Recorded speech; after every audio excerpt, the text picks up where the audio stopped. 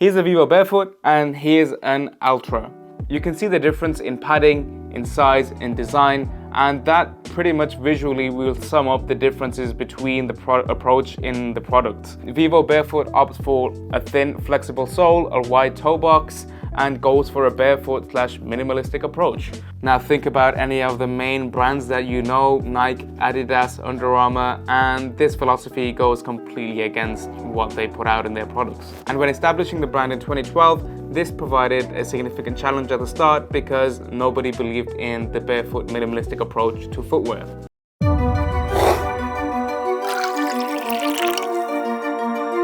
Imagine if you created a product that was amongst the best of its kind, but you knew that your product would go against the grain of conventional wisdom and would go against the established players in the market. How would you go about marketing your product? How would you build your brand? And what marketing channels would you use early on? Those are tough questions to answer, and that's what brand breakdowns are about. We dive into an interesting success story of an established brand and unpack how it's grown, its content strategy, its branding, its messaging, and all the juicy tidbits you can think of when it comes to marketing and growth plays, and we package that into an episode. So if that sounds interesting to you, subscribe for more brand breakdowns.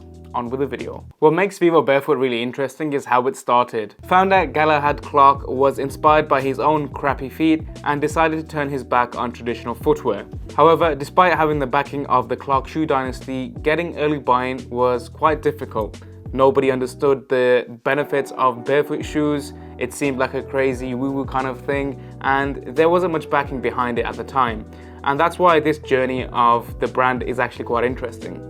Like any well-performing brand with a passionate audience or customer base, Vivobarefoot isn't just a brand or a product, it's a lifestyle. It's about moving freely like our ancestors did, but with puncture-resistant flexible soles that are adapted to the modern world. At the heart of their messaging is this constant drum of rewilding. Again, going back to how our ancestors moved. I'm not going to go into the foot science behind it, but at a surface level, the rationale is that excessive cushioning on our shoes for a long period of time has prevented natural movement and has made us over-reliant on foot prisons, as the founders call them. Barefoot shoes solve this problem, or at least mitigate the damage from excessively cushioned shoes by giving your feet more time to feel the ground and react to different terrain and basically build foot strength and balance. Again, what we're seeing here is a play of the classic way of doing something and then having your new innovative product solve the issues of that classic way. You have traditional footwear from brands like Nike and Adidas, which have excessively cushioned shoes, and then you have Vivobarefoot on the other side, which is definitely a challenger brand in this case. It goes against the grain, it's unconventional. This is a common kind of brand beef, as I like to call it. Think about the products you use in your daily life or the products that you have a lot of favoritism for. Mac versus Windows, Apple versus Android, South Park versus Family Guy. There's a stark difference between how these products are positioned, and that usually polarizes people onto one side, which is a pretty powerful thing if you're a brand and you can leverage that. Vivobarefoot's visual identity is rugged, refined, primal, and raw. From the static product shots to their cinematic videos, everything screams the rewilding movement. The whole concept of going back to primal movement like our ancestors. Of course, visual identity and messaging are important, but they can only take you so far. What makes Vivobarefoot really unique is the fact that it's done things that other footwear brands haven't actually done. It's actually walked the talk. One of Vivobarefoot's boldest moves is a 100-day money-back guarantee on any Vivobarefoot product. This is a game changer in an industry where 30-day returns are the norm. This allows people on the edge or anyone who's unsure about the product or the whole barefoot philosophy to come in, buy the product with no risk on them and actually benefit from it. I love this approach that they've taken. They're putting their money where their mouth is and they're letting people try their product without any risk.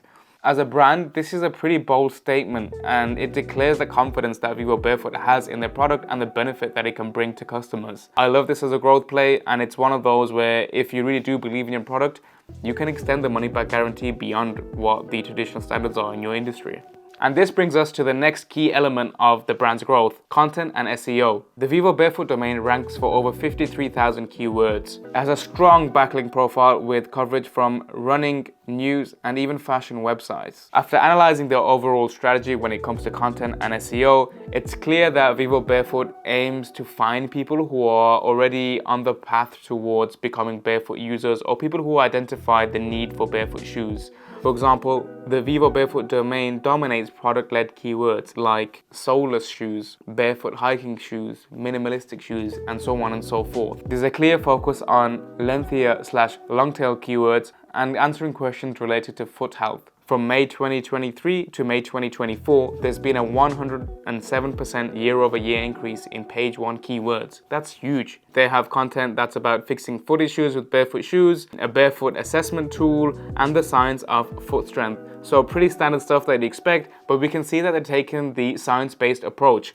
They've done an excellent job of creating linkable assets and original research. Now, this is a pretty big thing because whether you're a marketer or a PR professional or whatever, having your own original research and original resources, whether it's a tool, whether it's a scientific journal, whatever it can be, if you have something original that only your brand can produce or has produced, it's a huge win for getting press, getting noticed, getting links, and getting all sorts of attention. Now, what I like about Vivobarefoot's take on content and SEO is they're backing up their big, bold claim that most cushioned shoes are bad for you because they restrict natural movement and they're chronically making your feet weaker.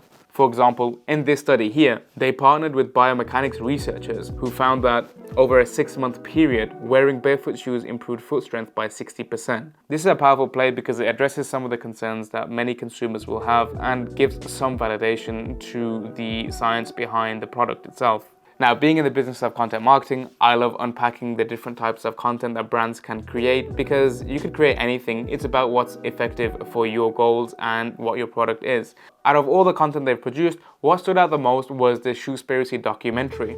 The short snippet is a good funnel into the full Shoespiracy documentary, which has health experts and biomechanics researchers go over the benefits and history of natural movement. I'll link to the full-length documentary in the description because it's a great example of using content marketing in a research-style format or a journalistic-style format to uncover something unconventional in an industry and position a product. Okay, that brings us to the end of this brand breakdown. There's a lot that can be gleaned from Vivobarefoot's story. However, the top picks for me are about going all in on your brand. Again, Vivobarefoot's success stems from their commitment to the rewilding movement, the idea of moving like our ancestors did. They don't just pay lip service to this, they actually support and put their money where their mouth is. For example, they have a whole business function and unit of the company that's dedicated to sustainable resources and recycling that even allows customers to get a percentage off their next purchase when they give an old shoe in return. Another inspiration from me from the brand is that if you have a strong objection, you can kind of bulldoze or brute force it down by having an even better offer or taking more risk off the customer's shoulders. Vivobarefoot's demonstrating a lot of confidence in its product by allowing them to wear barefoot shoes for 100 days. So that's a big source of inspiration for me and something that many brands can take note of. The last thing for me is that building a movement starts with educating an audience. As I mentioned in the start of this brand breakdown, Galahad wasn't having an easy time convincing people that barefoot shoes should be a thing. It took a lot of educating, commissioning research, and deep diving with other biomechanics experts. It's clear that Vivobarefoot used content as a way to raise awareness of its brand, educate an audience about a new concept in an established industry, and even position itself against larger competitors. Their guides, comprehensive research, and influencer collaborations, my favorite being this Shoespiracy documentary, all combine to position them as an authority, raise a lot of awareness, and establish the company as an honest brand with integrity. For a niche or disruptive brand, education is arguably even more important. And Vivobarefoot puts on a masterclass. It distributes a single narrative through multiple channels, media, and formats to constantly reinforce this idea of rewilding and the fact that we as humans should be moving naturally. If you like the breakdown, make sure you click the like button and subscribe for more brand breakdowns like this. I'll be covering more B2C and D2C brands in my next videos, so stay tuned for those.